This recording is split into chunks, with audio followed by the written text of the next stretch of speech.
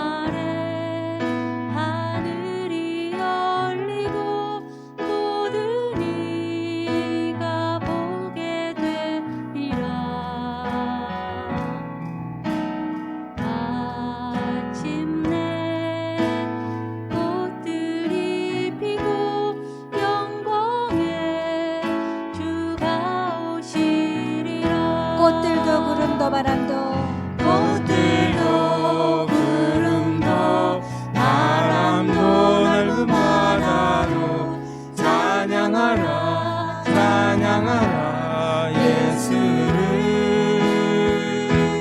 하늘을 울리며 노래해 나의 영혼아 은혜의 주 은혜의 주 은혜의 주 그날에 하늘이 열리고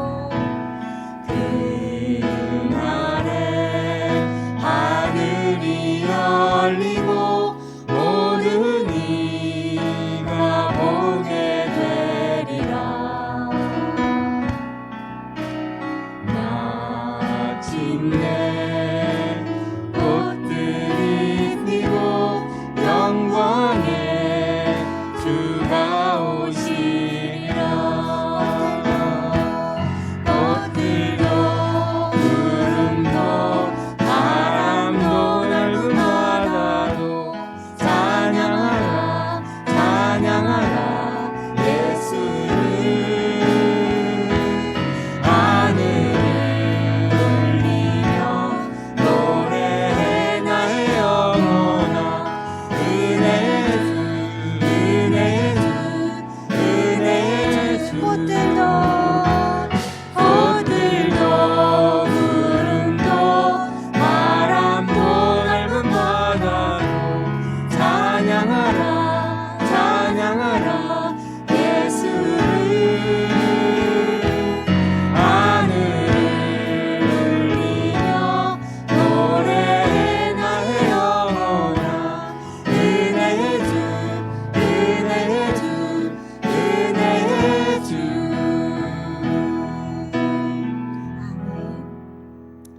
가정 예배를 통해서 천국을 경험하고 계시지요? 우리 가정 안에 찬양과 또 기도와 감사와 사랑이 넘치는 그곳이 천국일 줄 믿습니다. 우리 손뼉치면서 찬양하겠습니다.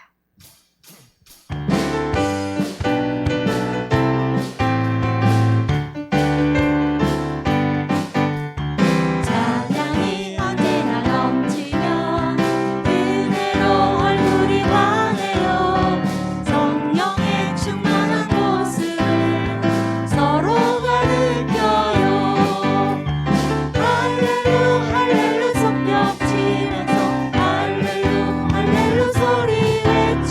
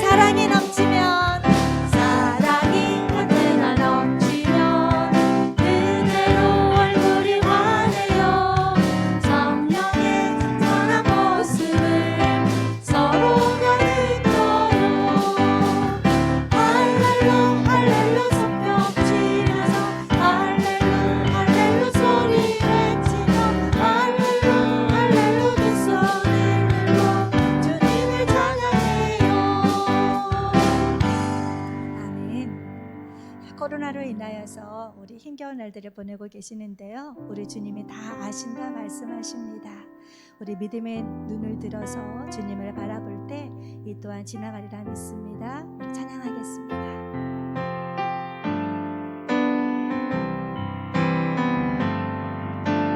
고단한 인생길 힘겨운 오늘도 예수 내 마음 아시네.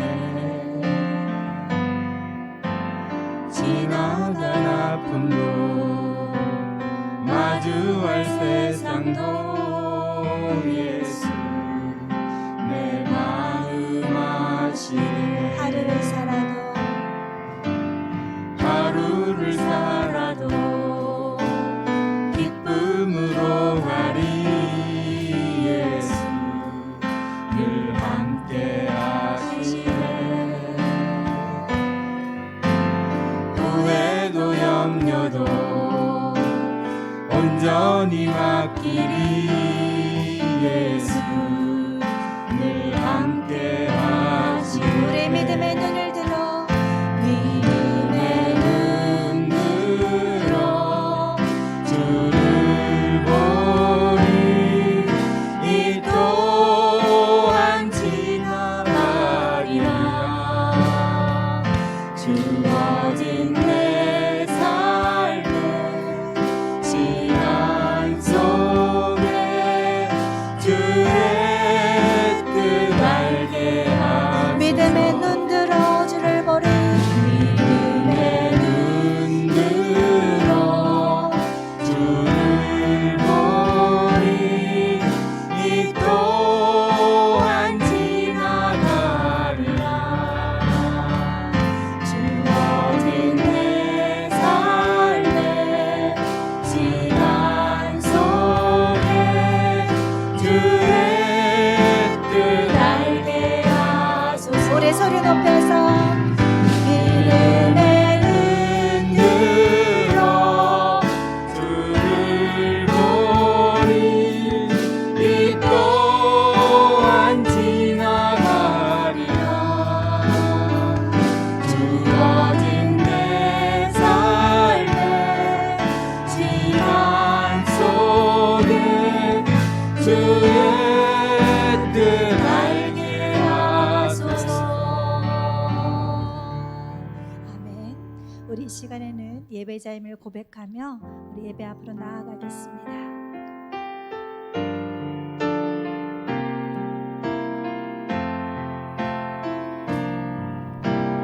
나는 하나님을 예배하리. 예배자입니다.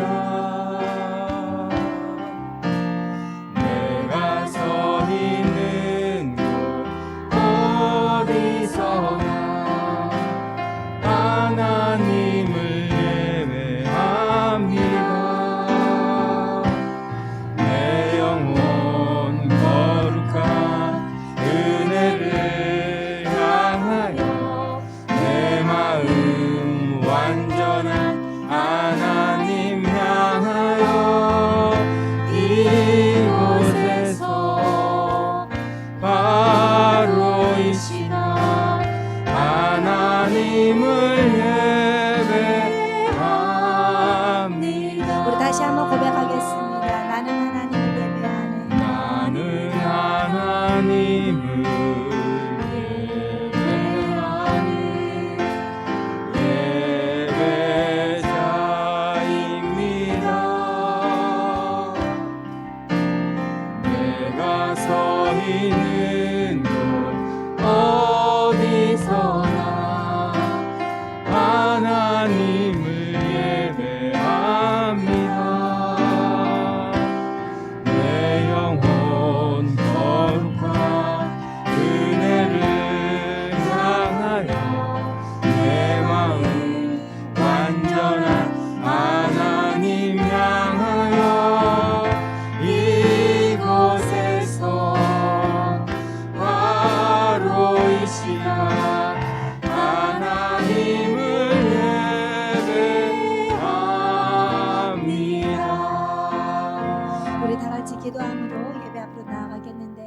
예배를 통하여서 하나님을 만나는 시간이 되게 하여 주옵소서.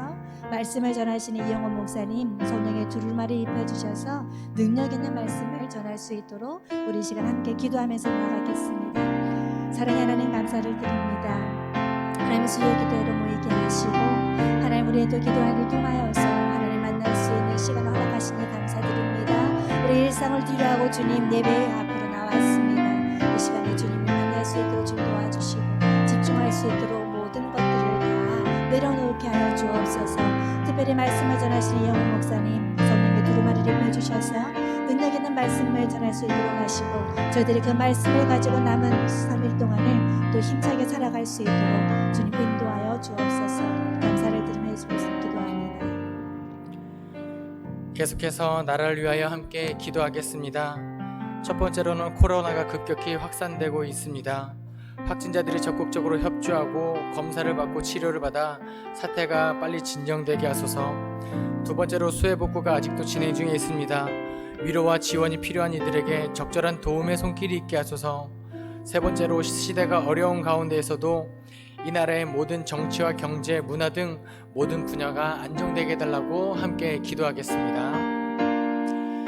사랑이 많으신 아버지 하나님, 이 시간 주님 앞에 간절히 기도합니다. 이 나라를 위하여 기도합니다. 하나님께서 사랑하시는 이 나라에 아버지는 지금 코로나가 다시 급격히 확산되고 있습니다.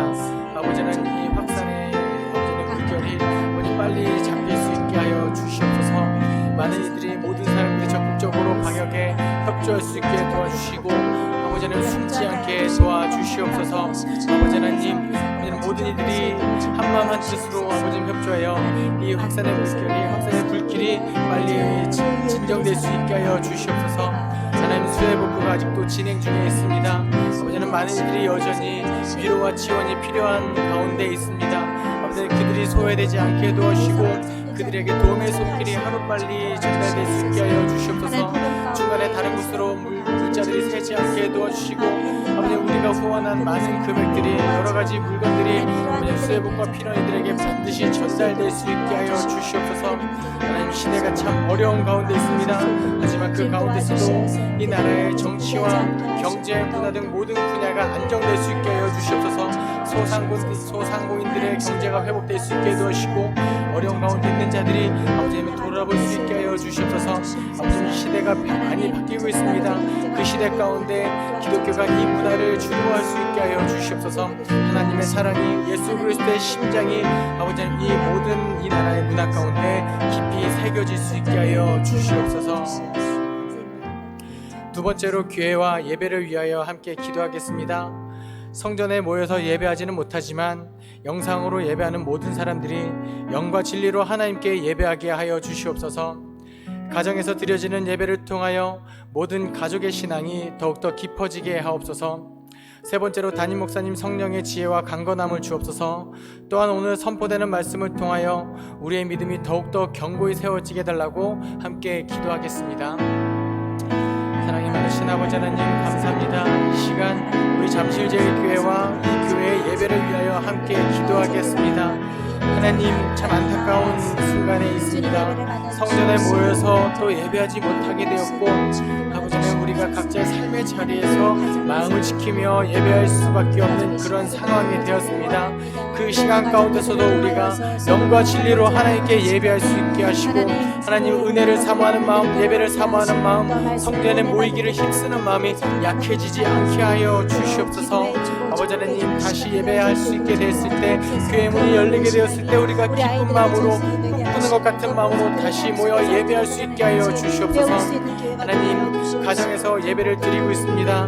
아버지 하나님, 부모님의 신앙이 우리 자녀들에게까지 아버지 하나님 잘 전수될 수 있게 해주시고 모든 가정이 사랑으로 화목됨과 동시에 모든 가족들의 신앙이 더욱더 깊어지는 그런 가정 예배가 되게 하여 주시옵소서. 가족들의 대회 가운데 하나님의 은혜가 나누어질 수 있게 하시고 하나님, 우리가 하나님의 말씀대로 살아가기 위하여 가정에서부터 실천할 수 있게 하여 주시옵소서. 하나님, 우리 잠실제일교회 위하여 담임 목사님 세우셨습니다. 아버지 하나님, 성령과 지혜와 강건함을 주시고 영육간에 강건하게 하여 주시옵소서.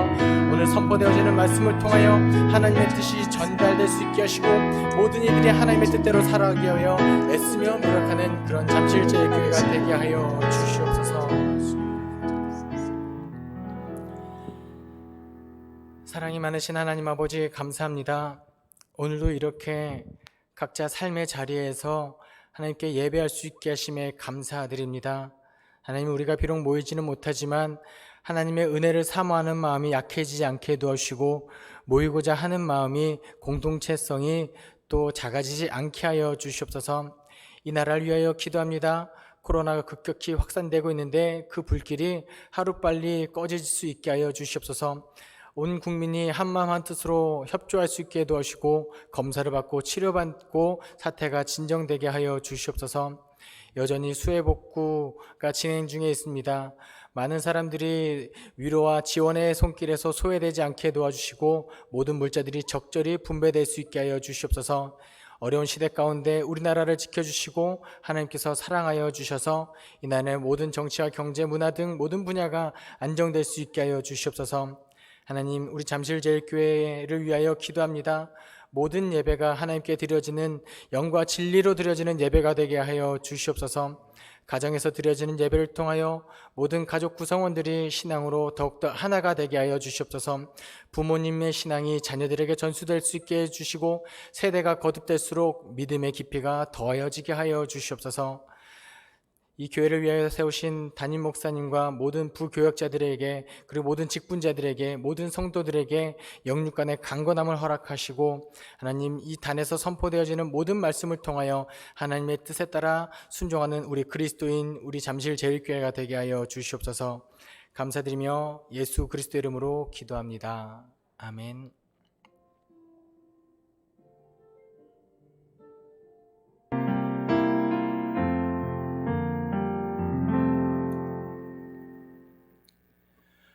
오늘 하나님께서 우리에게 주신 말씀은 마태복음 5장 4절 말씀입니다.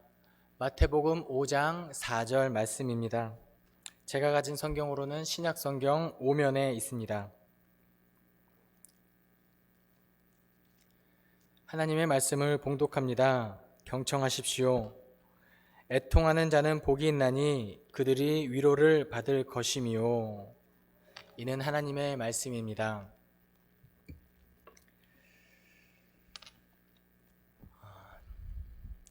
온라인으로 예배를 드리고 있는 잠실제일교회 모든 성도님들, 각자의 삶의 자리에서 정말 예배를 사모하는 마음, 은혜를 사모하는 마음을 가지고 영과 진리로, 신령과 진리로 하나님께 온전히 예배하는 우리 잠실제일교회 성도님들이 되시기를 간절히 소망합니다.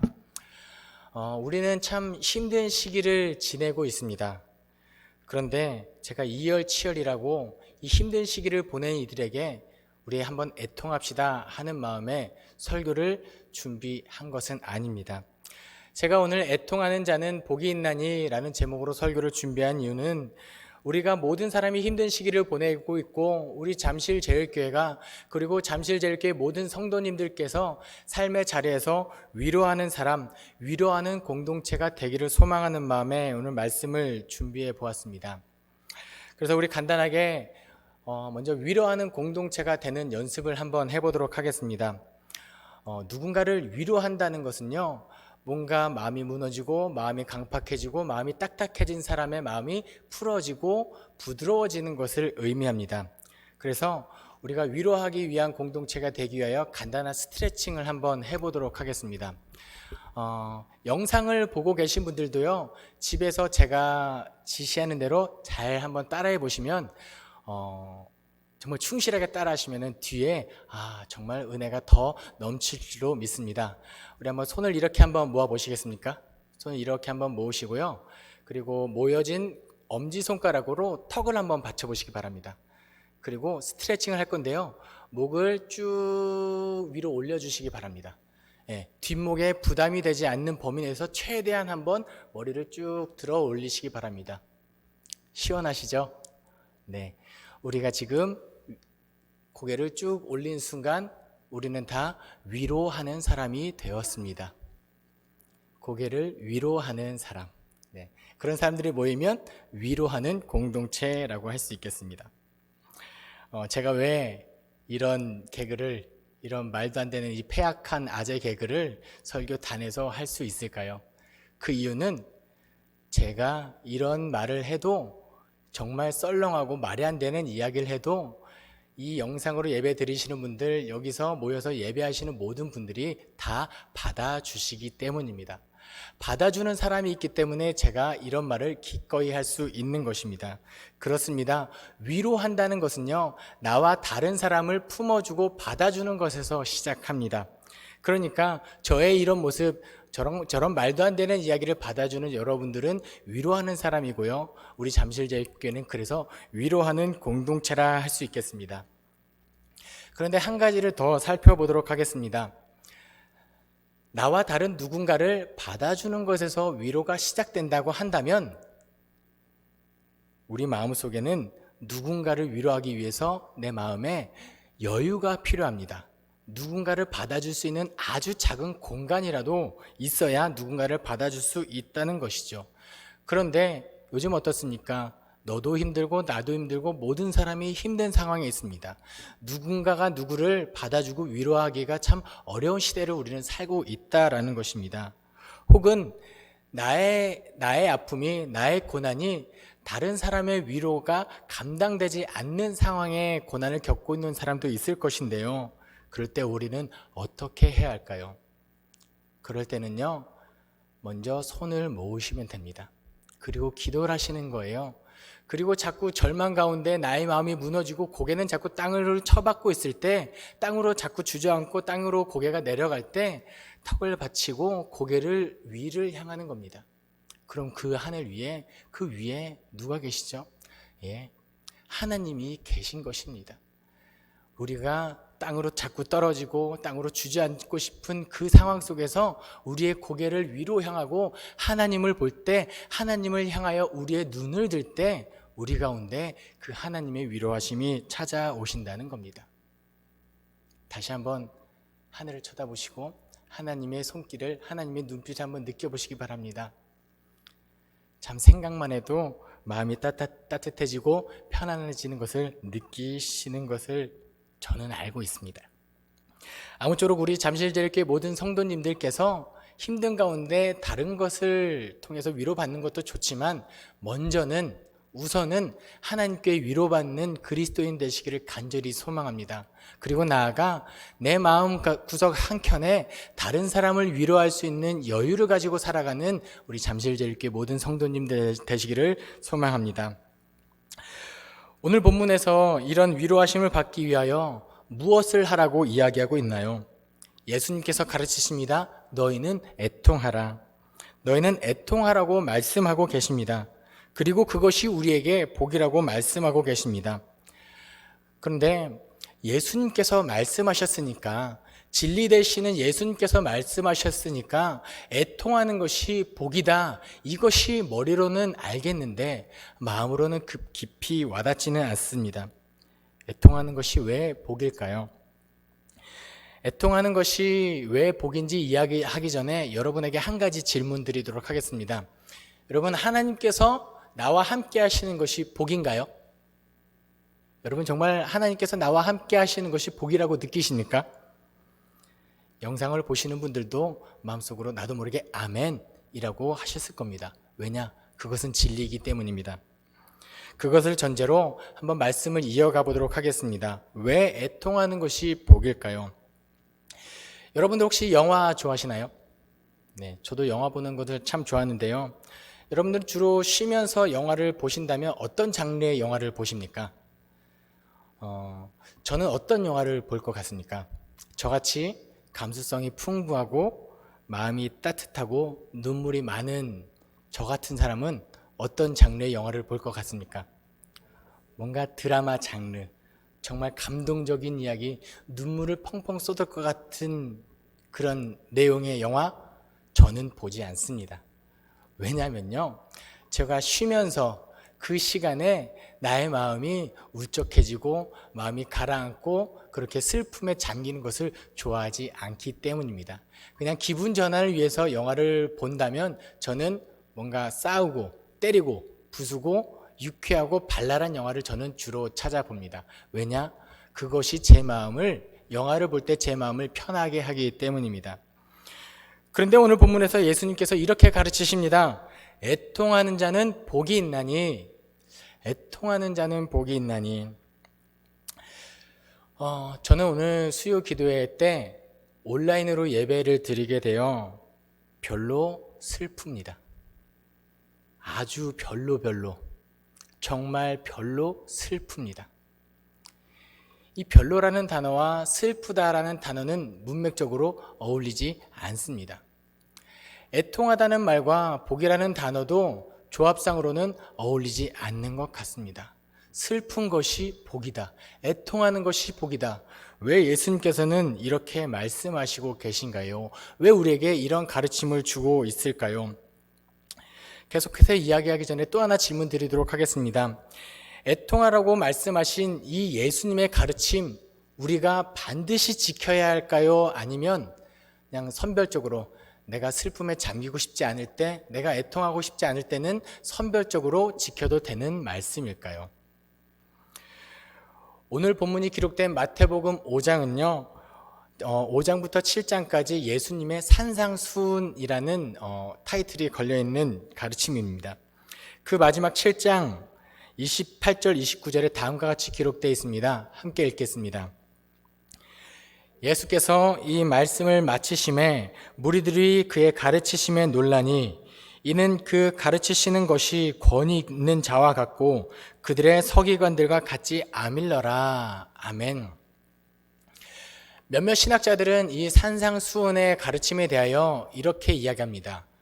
산상수훈은 혁명적 가르침이다. 뭔가 기존에 있던 서기관들의 가르침 같지 않고 뭔가 더욱더 놀랍고 모든 것을 뒤엎는, 아니면 모든 것을 완성시키는 혁명적 가르침이라고 이야기하고 있습니다. 여러분, 근데 혁명은 무엇을 의미합니까? 혁명은 성공하면 좋고 실패해도 그만인 것이 혁명이 아닙니다. 혁명은요, 내가 이것을 실패하면 목숨을 잃을지도 못하는 것이 혁명입니다. 그러니까 예수님께서 이 산상수훈을 통해서 너희는 애통하라고 하는 이 가르침은 우리가 지키면 좋고 지키지 않아도 괜찮은 가르침이 아니라 우리가 목숨을 걸고 우리가 반드시 따라야 하는 가르침이 오늘 산상수훈의 가르침인 것입니다. 우리는 반드시 애통하는 사람이 되어야 한다는 거죠. 그럼 우리는 얼마나 애통해야 할까요? 어느 정도 고통, 우리의 마음이 어느 정도까지 울적해지는 이런 애통이 우리에게 얼마나 있어야 예수님의 말씀을 충실히 이행한다고 할 수 있을까요? 예수님께서 애통이라는 것을 가르치실 때 예수님께서는 헬라어 펜테오라는 단어를 사용하셨습니다. 이 펜테오라는 단어는요, 사람이 느낄 수 있는 가장 극심한 슬픔이라는 의미를 담고 있습니다. 예수님께서 우리에게 너희는 심장을 꿰뚫거나 아니면 뼈를 깎는 듯한 그런 슬픔 가운데 있어라 라고 말씀하고 계신 것입니다. 여러분 혹시 단장이라는 이야기를 들어보셨습니까? 야구 단장, 축구 단장, 응원 단장에서 나오는 단장이 아니고요. 뭔가 애를 끊는다라는 단어의 표현에 유래가 된 표현 단장입니다. 뭔가 장이 끊어졌다라는 표현의 단장인데요. 이 단장이란 말은 어느 고사에서 유래됐냐면요. 진나라의 환원이라는 사람이 성안을 정벌하러 촉에 들어갈 때 일입니다. 이 환원이라는 사람의 부하가 이 촉에 들어가는 길에 새끼 원숭이 한 마리를 잡아다가 애완용으로 키우려고 데려가고 있었습니다. 그런데 이 새끼 원숭이를 따라서 어미 원숭이가 한 100리를 쫓아옵니다. 한 100리를 쫓아오는 동안에 마음이 상하고 몸이 지치고 모든 것이 탈진해서 그 어미 원숭이가 그 자리에서 죽어버리고 맙니다. 그런데요, 그 죽어있는 원숭이의 배를 갈라보니까 새끼를 잃은 슬픔에 그 어미 원숭이의 창자가 다 끊어져 있었다라고 합니다. 환원이 이 사실을 알고 그 새끼 원숭이를 잡고 애완용으로 데려갔던 그 부하 장수에게 벌을 내리고 면직을 시킵니다. 이 고사에서 유래된 단어가 단장입니다. 예수님께서 우리에게 단장의 심정으로 이 펜테온이라는 단어를 사용하실 때는 우리에게 이 단장의 심정으로 애통하라고 이야기하고 계십니다. 그리고 그것이 우리에게 복이라고 말씀하고 계십니다. 그 이유가 무엇일까요? 단장이라는 단어의 고사에서 환혼이 왜 새끼 원숭이를 잡아간 데리고 간 부하에게 벌을 내렸을까요? 그것은 다름이 아니라 그 어미 원숭이의 슬픔을 공감했기 때문입니다. 그 어미 원숭이의 슬픔을 헤아렸기 때문입니다. 그 어미 미물이지만 그 어미 원숭이의 애끓는 심정을 헤아렸기 때문에 그 환혼이라는 사람이 부하를 처벌했던 것입니다. 그럼 여러분에게 질문하겠습니다. 여러분 혹시 지금 이 단장의 심정으로 애통하고 계십니까? 마음이 무너지고 슬픔 가운데 있습니까? 그럼 지금 이 시간에 누가 여러분을 찾아올까요? 누가 여러분을 찾아와서 여러분의 마음을 공감하고 여러분의 마음을 헤아리고 여러분의 마음을 따뜻하게 어루만져 주실까요? 그 단장의 순간에 나를 찾아와 위로하시는 분은 누구일까요? 히브리서 2장 17절 18절에 그분에 대하여 다음과 같이 기록하고 있습니다. 그러므로 그가 범사에 형제들과 같이 되심이 마땅하도다. 이는 하나님의 일에 자비하고 신실한 대제사장이 되어 백성의 죄를 속량하려 하심이라. 그가 시험을 받아 고난을 당하셨은즉 시험 받는 자들을 능히 도우실 수 있느니라. 아멘. 그분은 바로 예수 그리스도십니다. 우리가 단장의 심정으로 애통하고 있을 때 누가 찾아오신다고요? 예수 그리스도께서 찾아오신다는 겁니다. 예전에 제가 어떤 설교를 들을 때 이 설교에 이런 예화가 있었습니다. 어떤 젊은 부목사님이 교구를 담당하고 있는데 하루는 어떤 여집사님의 아들이 그만 하늘나라로 간 사건이 있었다고 합니다. 이 젊은 이 부목사님이 자신이 담당한 교구에 이 집사님을 위로하고자 했습니다. 근데 어떠한 생각을 해도 어떠한 방법을 강구해도 이 여집사님, 아들 잃은 슬픔에 있는 이 집사님을 위로할 방법이 생각나지 않았습니다. 이 부목사님이 선택한 방법은 무엇이었냐면 나이가 지긋한 어떤 권사님께 도움을 요청하는 것이었습니다. 이 나이가 지긋한 권사님께서는 이 부목사님의 부탁을 듣고 이 집사님을 찾아갑니다. 그리고 노크를 하고 문을 열어주는 집사님의 손을 꼭 잡아줍니다. 그리고 이렇게 이야기합니다. 힘들지? 내가 그 마음 잘 알아. 이 한마디를 듣고 그 순간부터 그 집사님과 이 권사님은 부둥켜 안고 하염없이 울기 시작합니다. 하염없이 눈물을 흘리고 난 다음에 이 집사님이 마음을 추스리고 다시 일상생활로 돌아왔다고 합니다. 이 권사님은 어떻게 해서 이 집사님의 마음을 헤아릴 수 있었을까요? 어떻게 해서 이 권사님의 힘들지? 내가 그 마음 잘 알아 라는 말에 이 집사님이 위로를 얻을 수 있었을까요? 그것은요, 이 권사님도 과거에 아들을 잃는 슬픔을 겪었던 사람이기 때문입니다. 그렇기 때문에 이 집사님의 마음을 누구보다 잘 알고 누구보다 이 집사님을 위로하기에 적합하신 분이셨다라는 겁니다. 그런데 우리가 방금 읽은 히브리에서는 하나님이신 예수님에 대하여 이렇게 표현하고 있습니다. 예수님께서 왜 인간의 모습으로 오셨냐면요, 그가 시험을 받아 고난을 당하셨은즉 시험 받는 자들을 능히 도울 수 있느니라. 예수님은요 하나님이십니다. 그래서 영광의 자리에서 하나님 옆에서 우리 인간들에게 힘들지? 힘내. 이 한마디로 우리를 어쩌면 위로할 수도 있는 분이셨습니다. 그런데 예수님께서는 그 하늘에서 우리를 위로하시는 것이 아니라 인간의 몸으로 내려오시고 인간의 입장에서 위로하시는 하나님께서 예수님께서 우리를 공감하고 계시다는 것을 알게 하기 위하여 인간의 몸으로 오셨다라는 겁니다. 단언컨대 이 세상에 이보다 더 큰 공감은 없을 것입니다. 그럼 여러분에게 한번 또 묻겠습니다. 이 예수님의, 이 하나님의 공감은 과거에나 지금이나 좀 변질되었을까요? 예수님을 보내실 때는 기꺼이 보내셨는데 지금은 옛날에 보내봤는데 지금은 싹수가 노래 안 보내고 싶어 이런 마음을 가지고 계실까요? 아니라는 거예요. 그 하나님의 사랑은, 예수님의 그 공감하고자 하는 그 마음은 예나 지금이나 변함이 없다라는 것입니다. 그래서 오늘날 우리가 애통하고 마음이 무너져 있다면 예수님은 결코 우리를 외면하지 않습니다. 우리를 찾아와 주시고요, 우리의 손을 꼭 잡아 주십니다. 그리고 함께 눈물을 흘리며 말씀하십니다. 사랑하는 아무개야, 힘들지? 아휴, 내가 그 마음 잘 알지. 나를 공감해 주시고 헤아려 주시는 이 하나님만 생각하면 마음이 참 포근해집니다. 제가 설교를 준비하며 생각난 찬양이 하나 있는데요. 찬송가 85장입니다. 그런데 제가 가사를 살짝 수정했거든요. 이 수정된 가사로 여러분들과 함께 불러보도록 하겠습니다.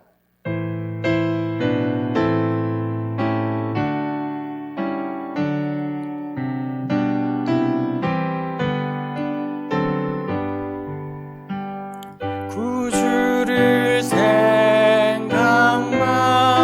해도 이렇게 좋거든. 그 위로 받을 때야 얼마나 좋은. 네, 한 번 더 고백할게요. 생각만 해도 이렇게 좋거든. 그 위로 가를 때야 얼마나 좋으랴.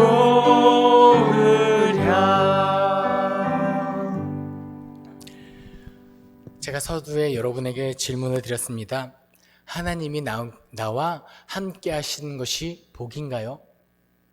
여러분들 대부분 아멘이라고 화답했을 것입니다. 그렇다면 하나님께서 나와 함께 하시는 것이 더욱더 깊이 느껴지신다면, 더욱더 피부로 와닿게 느껴진다면 그것이 우리에게 더 큰 복일 것입니다. 그래서 유진 피터슨 목사님께서 번역하신 메시지 성경에서는 오늘의 본문을 다음과 같이 번역하고 있습니다. 가장 소중한 것을 잃었다고 느끼는 너희는 복이 있다. 그때야 너희는 가장 소중한 분의 품에 안길 수 있다. 이제 애통하는 자가 복이 있다는 그 예수님의 가르치심에 동의가 되십니까? 우리가 하나님과 함께하고자 하는 마음이 애통하는 마음이었으면 좋겠습니다. 내가 하나님과 함께하고 싶은데, 그런데 이 함께하고자 하는 마음이 그냥 던져지는 말이 아니라 정말 그 애통하는 심정으로 함께하고자 하는 마음이었으면 좋겠습니다. 그만큼 하나님을 간절히 찾는 그리스도인이 되는 거지요. 그렇게 애통하는 마음으로 함께하시는 하나님이 깊이 느껴지는 복된 그리스도인 되기를 소망합니다. 그럼 이제 우리가 무엇을 애통해야 할까요? 나의 아픔, 당연히 하나님 앞에 내려놓고 애통하는 마음으로 기도를 해야겠지요. 그런데 우리는 무엇을 애통함으로 더욱 성숙한 그리스도인, 하나님께서 더 위로하고 싶은 그리스도인이 될 수 있을까요? 예전에 제가 청년일 때 저희 멘토 되시는 목사님께서 저를 위하여 중보기도 하시며 이렇게 말씀하셨습니다. 하나님께서 이제 이영호 전도사를 참 사랑하는 것 같다. 제가 물었습니다. 왜 그러십니까? 이영호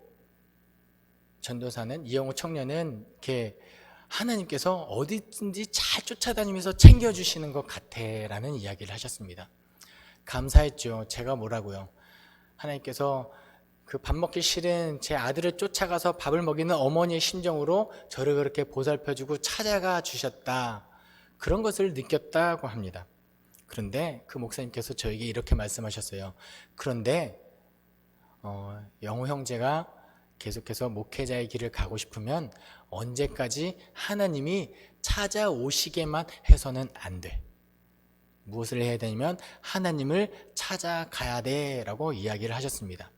그럼 여러분에게 묻겠습니다. 우리가 어디로 가면 하나님을 만날 수 있을까요? 어디에 가면 하나님을 찾아뵐 수 있을까요? 우리가 앞에 길게 이야기할 때 하나님께서 누구에게 찾아간다고 말씀하셨죠? 애통하고 있는 사람, 마음이 무너지고 위로가 필요한 사람들에게 하나님은 찾아가신다고 말씀하셨습니다. 그럼 우리가 어디 가면 하나님을 만날 수 있는 거죠? 내 이웃, 위로가 필요한 사람에게 찾아가면 거기서 하나님을 만날 수 있다라는 겁니다. 우리가 무엇을 위하여 애통해야 하죠? 나를 위해서 애통하는 것도 분명히 필요합니다. 그래 하나님의 위로를 받는 것도 정말 중요한데요. 하나님께서 더욱더 애통하고 하나님께서 사랑하시는 존재는 어떤 사람이냐면 위로가 필요한 사람에게 찾아가는 사람을 하나님께서 더욱더 복되다고 말씀하실 것입니다. 두 번째, 우리는 무엇을 위하여 애통해야 할까요? 어제 온라인 예배가 결정되고 발표되었다는 소식을 접했을 때 저는 눈물이 핑 돌았습니다. 우리 교회는 정부의 지침에 따라 철저히 방역도 하고 방명록도 작성하고 온도 체크도 하고 코로나 확산 방지를 위해 정말 애를 많이 썼는데 오로지 성전에 모여서 예배하고자 하는 마음에 열심을 다했는데 또다시 성전에 모일 수 없다는 안타까운 마음에 저는 애통하였습니다. 사랑하는 우리 잠실교회 모든 성도님들께서 이 교회를 위하여 애통하는 마음이 있었으면 좋겠습니다. 이번이 두 번째 조치입니다. 첫 번째는 우리 분명히 애통하는 마음이 있었던 것 같은데 두 번째 조치에 우리의 마음이 묻어내지지 않았으면 좋겠습니다. 코로나19 사태 이후에 첫 번째 온라인 예배 권고 조치가 발표되었을 때 애통하는 마음을 기억했으면 좋겠습니다. 어떤 마음으로 협조했는지 잊지 않았으면 좋겠습니다. 제한적이지만 다시 함께 예배하게 되었을 때 성전의 문이 열렸을 때 꿈꾸는 것 같았던 그 감격하는 마음을 잊지 않았으면 좋겠습니다. 그런 애통하는 심정으로 우리 교회를 위하여 모이는 예배를 위하여 함께 기도하는 우리 잠실제일교회 성도가 되었으면 좋겠습니다. 언제 다시 예배가 회복될지 모르는 이 깜깜한 상황 속에서도 교회를 위하여 애통한 마음을 가지고 기도하는 저와 여러분 되기를 간절히 소망합니다. 세 번째로 우리가 무엇을 위하여 애통해야 할까요? 교회를 위하여 이 애통한 심정을 가지고 기도를 하다 보면 자칫 잘못하다 세상을 향한 원망으로 이어질 수가 있습니다. 그런데 우리 이 마음을 굉장히 조심해야 합니다. 정말 모여서 예배하고 싶은 이 애통하는 심정 때문에 문득 이런 원망으로 이어질 수 있습니다. 카페를 나가보면 많은 사람들이 사회적 거리를 지키지 않습니다. 모든 식당들이 방명록을 작성하지 않습니다. 온도 체크를 하고 손님을 받는 영업하는 곳은 한 군데도 없습니다. 그런데 왜 그들은 그대로 내버려 두고 우리 교회만 왜 문을 닫아야 하는가? 이렇게 판단하고 이렇게 원망하면 우리는 애통하는 마음을 가질 수가 없습니다. 모이지 못하는 것이 안타깝습니다. 하지만 이 나라를 위하여 기꺼이 희생하는 마음으로 예수 그리스도의 마음으로 온라인 예배를 드리시기 바랍니다. 삶의 자리에서 이 나라를 위하여 내가 이 나라에 태어났기 때문에 하나님께서 보내신 어떠한 목적이 있기 때문에 우리는 지금 모이지 못하고 흩어져서 삶의 자리에서 예배를 드리고 있는 것입니다.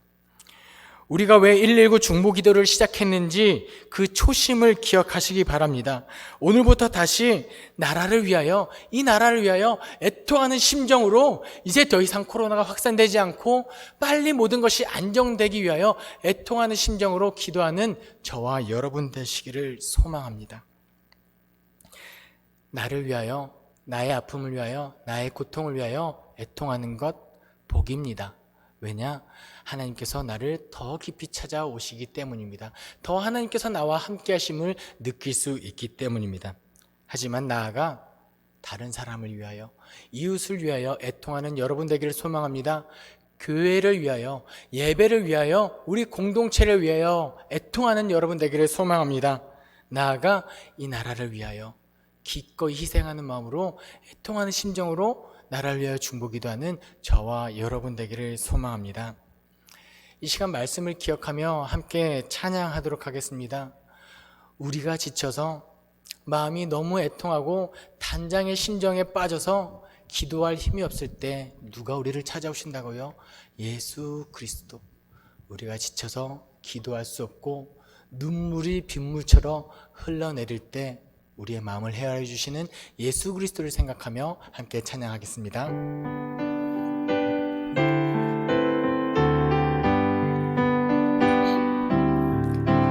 당신이 지쳐서 기도할 수 없고 눈물이 빗물처럼 흘러내릴 때 주님은 아시네 당신의 약함을 사랑으로 돌봐주시네.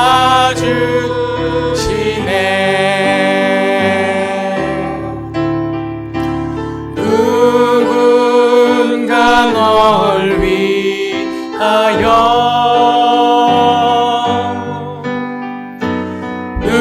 누군가 기도하네.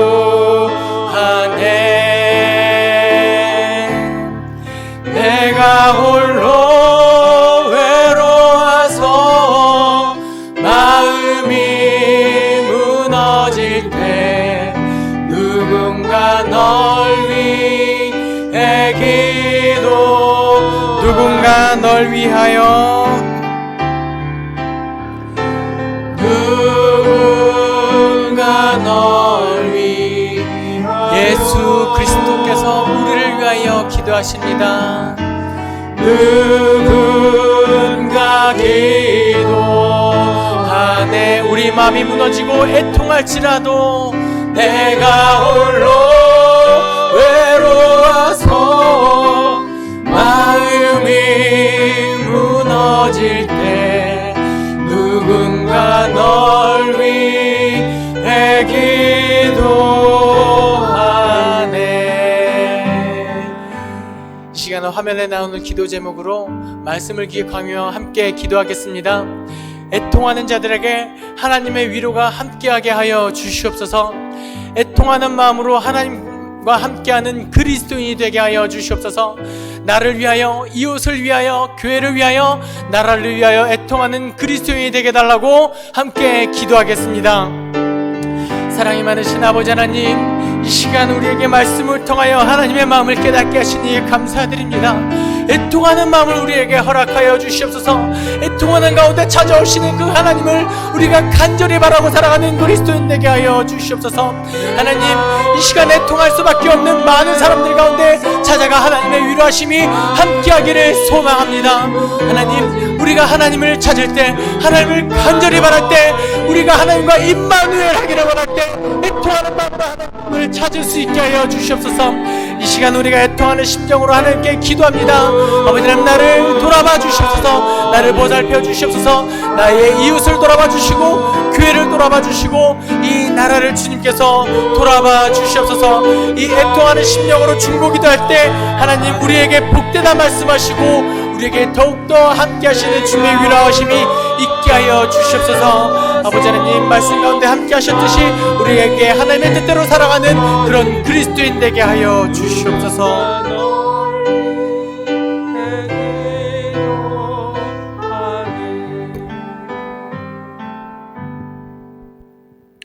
사랑과 은혜가 풍성하신 아버지 하나님, 참으로 시대가 슬퍼하지 않고는 견딜 수 없는 시대가 되었습니다. 하나님, 저희들과 함께하여 주셔서 저희들의 애통하는 심령 위에 우리 주님 찾아오시사 우리를 위로하여 주옵소서.